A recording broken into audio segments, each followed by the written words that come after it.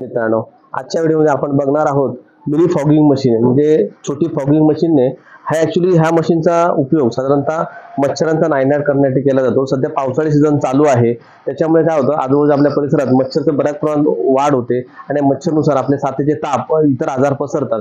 त्यामुळे ह्या फॉगिंग मशीनचा वापर केल्याने तुम्हाला मच्छरांवरती नियंत्रण करणं खूप सोपं होईल. ही फॉगिंग मशीन कसं वापरायची, हाताळायची कशी, याचा थोडक्यात आम्ही डेमो दाखवणार आहोत. ही फॉगिंग मशीन छोट्या ग्रामपंचायती असतील, छोट्या वसाहती असतील, एका सोसायटी असतील, अशा ठिकाणी सहज वापरता येते आणि ऑपरेटिंग खूप सोपी आहे. कमी जागेत हँडलिंग करणं देखील खूप सोपं आहे. आपण आता तुम्हाला डेमो दाखवतो. बघा, ही जवळून तुम्हाला आता दाखवतो मशीन. याचा मुळात प्रामुख्याने ह्याचं जे खालची टँक आहे, ह्या टँकमध्ये ह्याच्यामध्ये डिझेलमध्ये ह्याचं औषध टाकलं जातं डासांचं, जे डासांना अळ्यावस्थेतच मारून डॅमेज करतं व डासांच्या उत्पत्ती थांबवते. त्यानंतर हा गॅस कॅन आहे. गॅस कॅनच्या साहाय्याने बर्नर तापतो, ज्याला एनर्जी मिळते ती गॅस कॅन.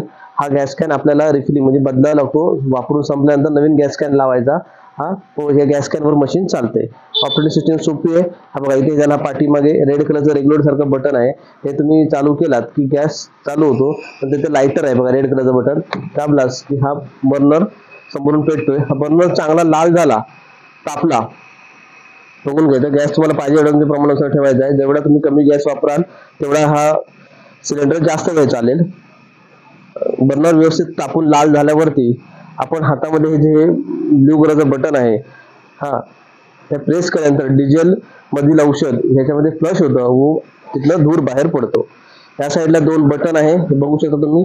इथे याला ह्या साईडला फॉगिंग आणि इकडे वॉटर म्हणजे पाणी धुण्यासाठी. नंतर ते कसं धुणार ते पण दाखवतो तुम्हाला. आता हा फॉगिंग करण्यासाठी हा इथे करायचा आहे. आणि आता बर्नर तापलेला आहे. मी गॅस थोडासा कमी करतोय. कमी केला आणि आता मी जसा फ्लश करेन,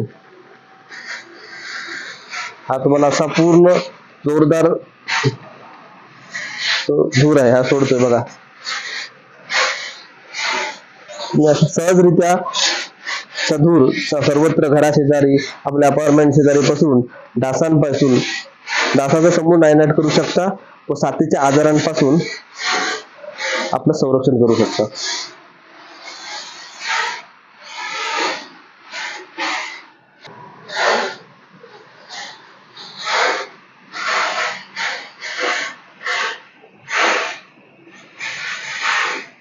धुराचा लोंढा कसा बाहेर पडतोय बघा. म्हणजे मोठी जी फॉगिंग मशीन येते ती हाताळण्याला थोडीशी अवघड झाली, त्याच्यापेक्षा ही छोटी फॉगिंग मशीन हाताळायला सोपी, कोणीही वापरू शकतं आणि सहज हँडी असल्या कारणाने कुठेही नेता येते.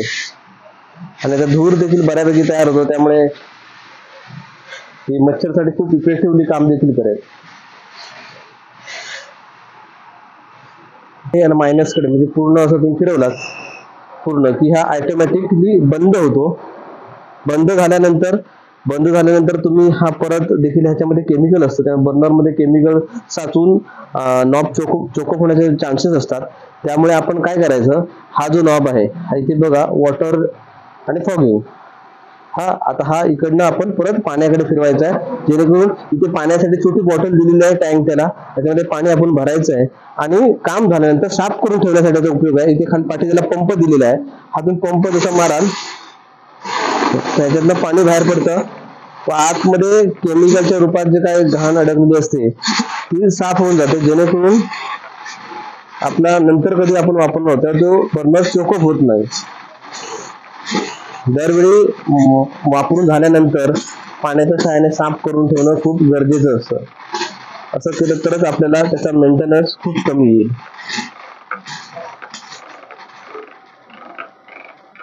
आता बर्नर पूर्णपणे थंड झाला, त्यातनं व्यवस्थित पिचकारीसारखं पाणी बाहेर पडायला लागलं, पूर्ण लाईन क्लिअर झाली. ओके, धन्यवाद.